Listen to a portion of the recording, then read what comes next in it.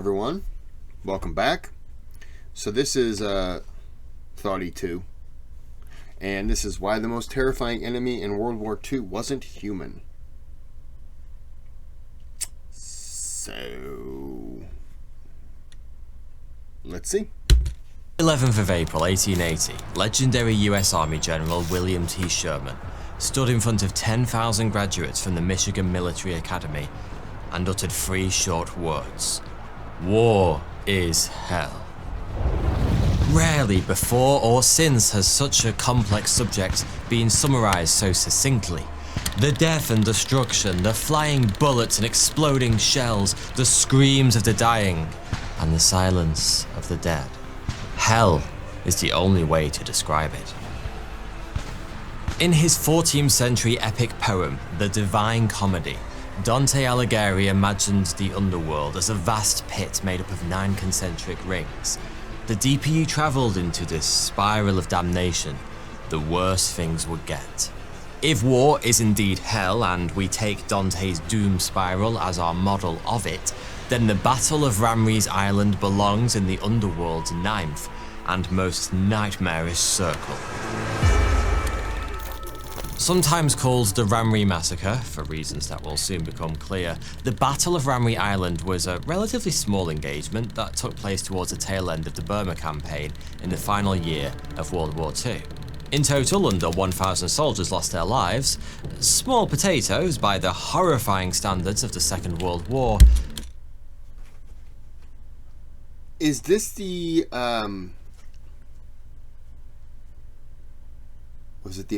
it was the Japanese.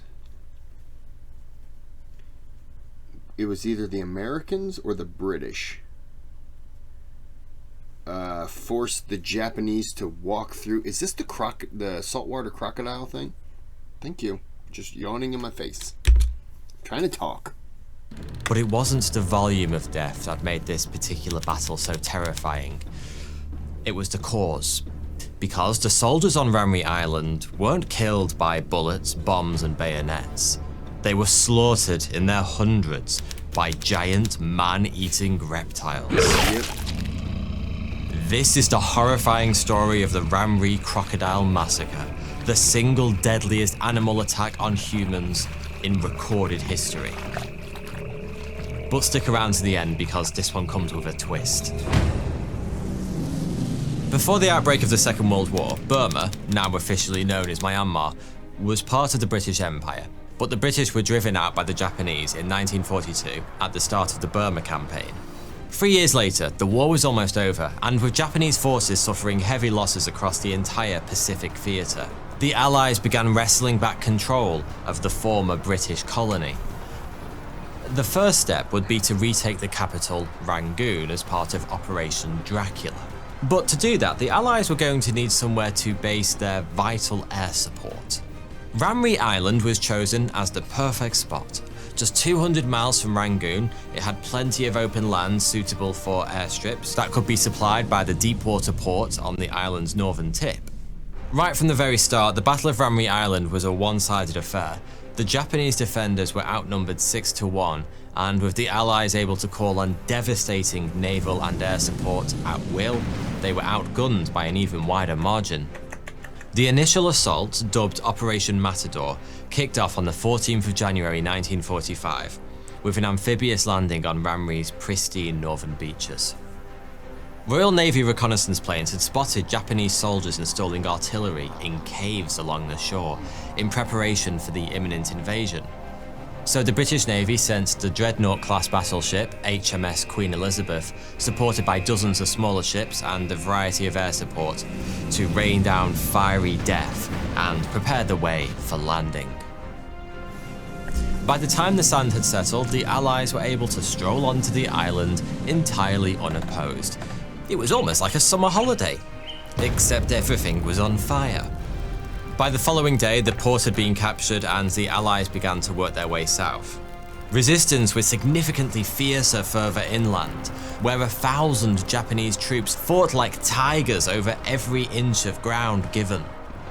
But as the Allies slowly spread out across the island, it became clear resistance was futile. Ramray was lost. At this point, the Japanese general, Kenichi Nagasawa, had a decision to make. Most military leaders would simply have waved the white flag, but by this point in the war, the Japanese had made it abundantly clear they would rather die than suffer the shame of surrender. In this case, however, there was a third option: escape. If Nagasawa and his men were somehow able to make it to the mainland, they'd be able to join up with the bulk of the Japanese army's remaining forces. There was just one small problem with this plan. Between Nagasawa and the safety of the mainland was a vast mangrove swamp, a near impenetrable maze of trees, which was either covered in thick, oozing mud or waist-high water, depending on the tide. This hellish labyrinth was infested with tropical disease-carrying mosquitoes, poisonous scorpions and spiders, and, most ominously of all, massive saltwater crocodiles. All in all, it didn't sound great. None of those options sounded fun. You know, if you told me, hey Chris, you have to walk across that room right there that's covered with hundreds of thousands of spiders, I would say, it didn't. Nope. You can cross that room that's there are hundreds of scorpions. Nope. Chris, you can cross that river, there's just one crocodile in it. Where is it? We don't know. Nope. Not doing any of it. Sound great. But on the plus side, the mangrove swamp was so thick that the Japanese troops would be all but invisible, both from the ground and air. And it was so dangerous that the Allies surely wouldn't dare to follow them inside. In early February, the Japanese abandoned their fortified positions on the island and ventured into the swamp. Most would never make it out alive. Saltwater crocodiles are ambush hunters. They wait motionless for hours on end. And despite their bulk, they can make themselves practically invisible in just a few feet of water. If something tasty looking gets too close, they explode into action, clamping down on their prey with a biting force of 3,700 pounds per square inch. That's about 4 times more powerful than a lion. Once they've latched on, saltwater crocodiles execute their Mortal Kombat finishing move, the death roll, tearing whatever is in their mouth to bloody shreds.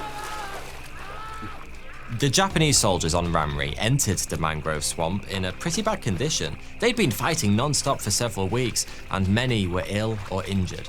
In hindsight, they never stood a chance against what was waiting for them. The crocodiles mostly hunt at night, and as the soldiers ventured through the jungle, they were picked off one by one. It's hard to imagine just how terrifying that must have been. One moment you're carefully picking your way through the swamp by moonlight, and the next something huge shifts in the darkness and you're being dragged beneath the chilling waves by a creature big enough to quite literally swallow you whole. Some of those who were there to witness this horror firsthand have written accounts of what they saw. Amongst them was accomplished naturalist Bruce Wright, a lieutenant commander in the Royal Canadian Navy. He recorded his description of the crocodile massacre in his 1962 book, Wildlife Sketches Near and Far. It made for an incredibly chilling read. That night was the most horrible that any member of the motor launch crews ever experienced. The scattered rifle shots in the pitch-black swamp, punctured by the screams of wounded men crushed in the jaws of huge reptiles. And the blurred, worrying sound of spinning crocodiles made a cacophony of hell that has rarely been duplicated on Earth. At dawn, the vultures arrived to clean up what the crocodiles had left. Of about 1,000 Japanese soldiers that entered the swamps of Ramri, only about 20 were found alive. Wright's account is an accurate summary of how the story has been told ever since. You can find it in countless reference books, documentaries, YouTube videos, and podcasts. For several decades, the Battle of Ramri Island was even featured in the Guinness Book of Records as the animal attack with the most human fatalities in history. But in recent years, both historians and herpetologists, that's people who specialize in reptiles, not STDs, have started to question whether this remarkably gruesome tale can really be true. After all, it does sound more like something you'd see in a movie theatre, rather than the theatre of war. So, what really happened on WWII Island 80 years ago? Let's start by looking at the villains of the piece, the crocodiles. Saltwater crocs are the largest reptiles on Earth. That's pretty common knowledge, but most people have no idea just how absurdly enormous these beasts can get. If left to their own devices, far from human interference, they can reach a staggering 7 meters in length and weigh some 2,000 kilograms. In other words, this is an animal that's significantly longer than a giraffe is tall, and about the weight of 4 large grizzly bears combined. Thanks to their incredible size combined with their natural aggression and a surprising level of intelligence, these literal cold-blooded killers are the undisputed apex predators of any ecosystem they find themselves in. They are, quite simply, one of the most dangerous animals on the planet. I don't understand why we allow these monsters to live. Get rid of them. It's time to start removing these things. What are we doing? You may have seen footage of people swimming with sharks, but nobody gets into the water with a fully grown saltwater crocodile if they have any plans of getting back out again. Despite the fact most large saltwater crocodiles live far from human habitation, they're still responsible for multiple fatalities every year. So, yes, given the opportunity, the crocodiles on WWII Island would absolutely have killed any soldiers who got too close. But here's the thing. According to the most commonly told version of the story, around 900 men were killed by crocodiles in just a few days. The trouble is, that kind of crocodilian carnage could only have been possible if the swamp was teeming with thousands of extremely large saltwater crocs. And yet, there's neither the food nor the space to support such a high density of mature adults in the WWII mangrove swamp. Put simply, the legendary tale of the WWII crocodile massacre is an ecological impossibility, a military myth born out of a decades-long game of Chinese whispers, combined with a straightforward misunderstanding. Many people have written about the massacre over the years, but Bruce Wright's account is the primary source that most people have drawn on. That makes sense. Wright wasn't just a soldier serving in the area at the time. He was a respected naturalist who knew what he was talking about when it came to crocodiles. Or at least, people thought. But in 2001, herpetologist and WWII massacre skeptic Stephen Platt noticed something interesting about Wright's account. Almost every wildlife anecdote in the entire book in which it appears is written from Wright's own perspective, but the chilling tale of the crocodile massacre is written in the third person. And it turns out there's a very good reason for that. Wright wasn't actually there when the alleged massacre took place. His version of events comes from conversations he had with those who were, and it seems a few of the details may have been embellished along the way. Okay. There's something else interesting about Wright's account. He's recounting the story for a Hollywood movie. He's not necessarily, I guess, recounting it for the fact of what it was. So if it was 1,000 men and let's say 900 of them died, they could have died from injuries sustained in the battle, drowning. You don't know how deep the water is. Some probably attacked by crocodiles. Starvation, possibly. Malnutrition, I guess, would go with that in some form or fashion. There's a lot of things you could say as to why. Just the fact that maybe you're marching over days, maybe you don't have food. Yeah, there's a lot of things that could have happened. And if you have some crocodiles there attacking people, I mean, look, one crocodile attacks one person and you got a bunch of people there. People are going to freak out. They're going to start screaming. They're going to start shooting because they don't know if there's more. You know, yeah, it's a tough situation to be in. I believe that it's factual in some degree. Never actually explicitly stated that all the soldiers were killed by crocodiles, only that 1,000 soldiers entered the swamp and just 20 came out alive. As we've already seen, there were plenty of other dangers waiting for the Japanese amongst the mangroves, including tropical diseases and a variety of poisonous creepy crawlies. Probably even more deadly were the conditions themselves, the sucking mud that would have sapped the already weak soldiers' strength, the lack of food, and the brackish water that wasn't safe to drink. Not to mention the Allied soldiers patrolling the swamp's scattered open waterways in boats who would likely have shot anyone they came across. Put all this together, and it seems ridiculous to assume that all... You are not going to be in one of those little boats if there are 23-foot long, 4,400-pound crocodiles. Sorry, you're not going to be in some...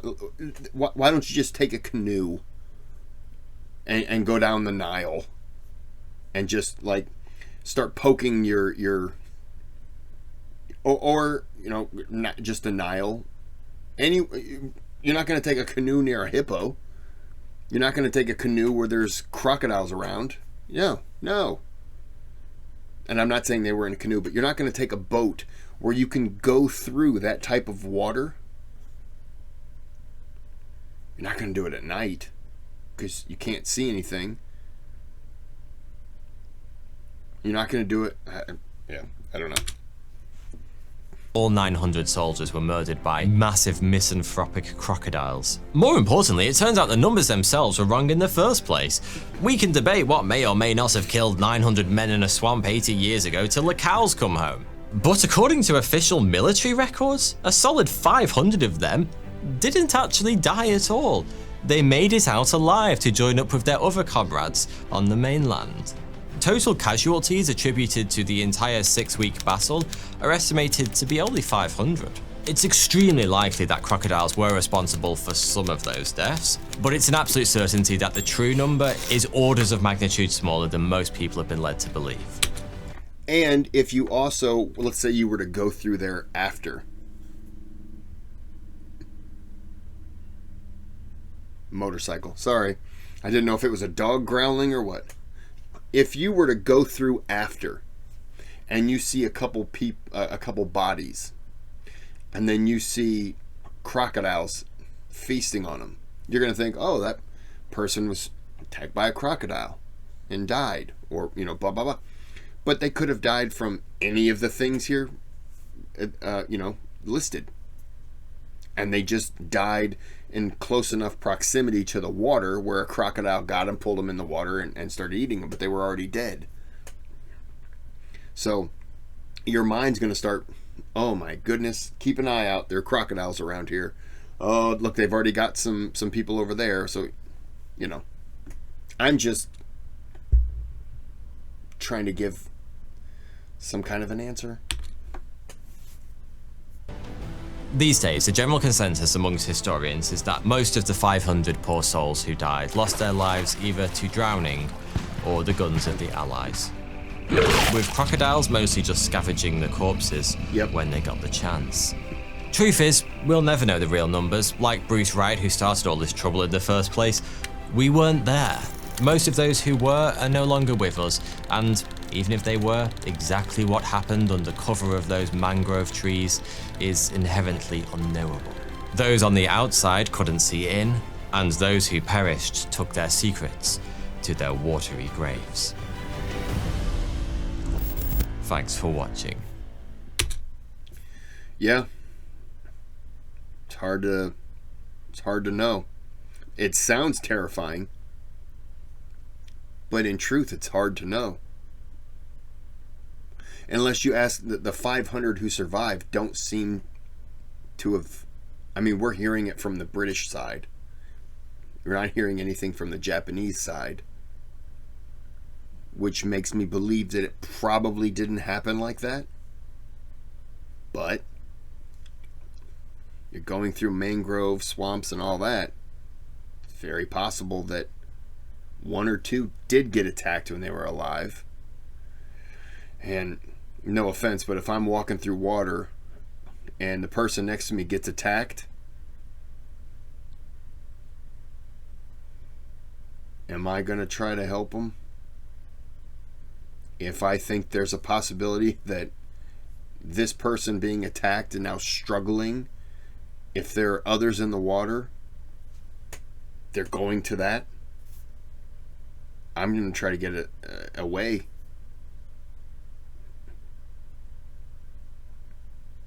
I mean, yeah. Well, couldn't have been pleasant, though. But that's the video. I've done 11 videos today, so I can relax.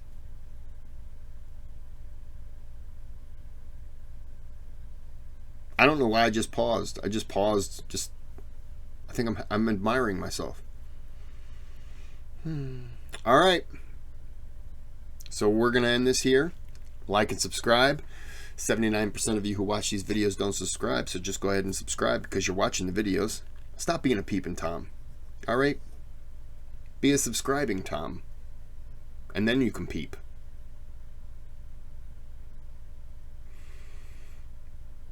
Doesn't make sense, but it does make sense. So until next time, have a good day, have a good night.